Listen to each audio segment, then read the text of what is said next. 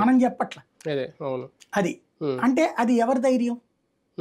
జనసేన తోడుందన్న ధైర్యం, సెంటర్ లో బీజేపీ చూసుకుంటదనే ధైర్యం, వాళ్ళ అండ ఉందని ఒక ధైర్యం. ఇండివిజువల్ గా చేస్తుంటే ఈ ధైర్యం ఉండేది కాదనడానికి సాక్ష్యం ఎంపీటీసీ జెడ్పీటీసీ ఎలక్షన్స్ బాయ్కాట్, అట్లాగే మున్సిపల్ కార్పొరేషన్ ఎలక్షన్స్ అప్పుడు జరిగిన దొంగ ఓట్ల ప్రహసనం, చివరికి నామినేషన్లు వేస్తుంటే పట్టుకెళ్లి జాకెట్ లో నుంచి కూడా నామినేషన్స్ లాగేసినటువంటి సందర్భం.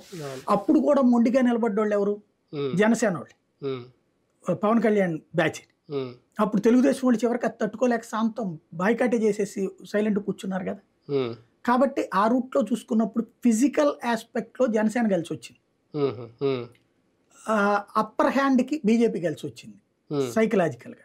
వీళ్ళు కోరుకున్నది ఇదేనా, పొత్తు పెట్టుకోవడం పోల్ మేనేజ్మెంట్ కో లేదంటే ఒక మోరల్ సపోర్ట్ గా ఉంటది అని అనుకున్న టీడీపీకి అది నాకు కనిపించిందా?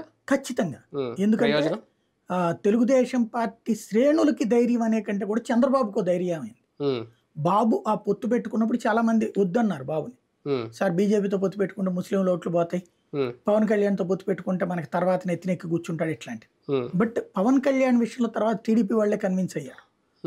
వాళ్ళందరూ కూడా పవన్ కళ్యాణ్ తో పొత్తుని ఎప్పుడైతే వాస్తవంగా చంద్రబాబుని అరెస్ట్ చేసినప్పుడు డైలమా కాదు డీలా పడిపోయింది.